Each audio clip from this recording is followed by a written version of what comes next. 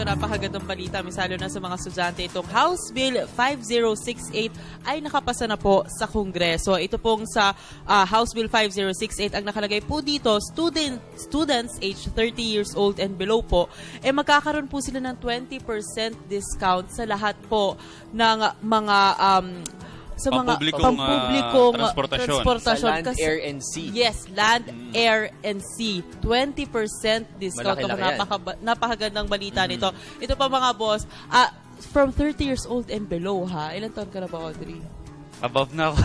Sayang, no? Basta ang kailangan nyo lang po. Oo, ang kailangan lang yan. Pero estudyante pa rin ako. Ay, sayang. Hindi ka makakaabot dito sa House Bill na ito. Mga 7 years ko pa yan Oo nga, ako din ilang years ko pa yan mararanasan. So, dito nga sa House Bill na nga ito, 20% discount. Tapos, kung sino naman daw po ang mag-refuse sa mga estudyante, nako, grabe pala ang magiging parusa sa kanila dahil ang haharang lang naman sa kanila is of course ang LTFRB, ang Marina, ang Maritime Industry Authority, ang CABO, ang Civil Aeronautics Board, at ang Department of Health at ang Communication ng MRT and LRT. Maraming penalty. Like for example, mawawalan sila ng lisensya, tapos magbabayad pa sila ng penalty nga. So, sana nga maging batas na to. After those rules, mag-enroll na tayo. Siyempre, antabayan.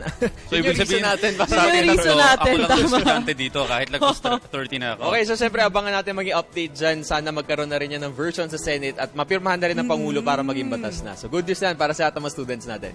Okay, para sa akin naman, take a moment. Good news dahil inappoint ni UN Secretary Ban Ki-moon si BIR Commissioner Kim Jacinto Henares bilang isa sa mga senior tax administrators para sa UN Committee of International Cooperation in Tax Matters. Simula yan nung buwan ng Oktubre hanggang June 13 ng taong 2017.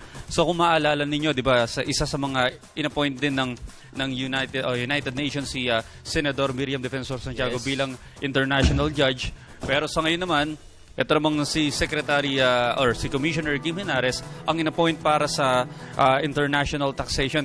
Pero alam nyo, napakalaking hamon pa rin sa mga tax industry or tax department ng mga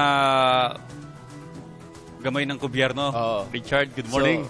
Siyempre, magandang balita yan kasi dati Senator Miriam, tas ngayon si Commissioner Henares naman. Kaya talagang nakikita natin kagalingan ng Pilipina, lalo ng mga Pilipina talagang pang worldwide.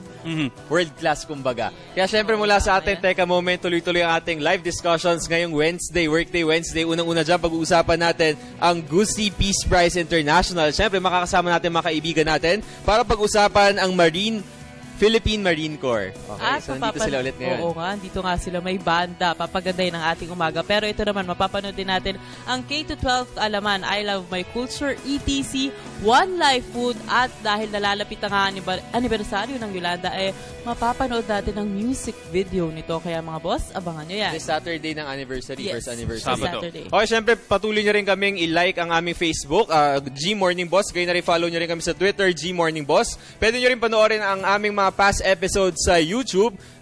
Punta lamang kayo sa PTV PH live streaming all over the world, www.ptv.ph.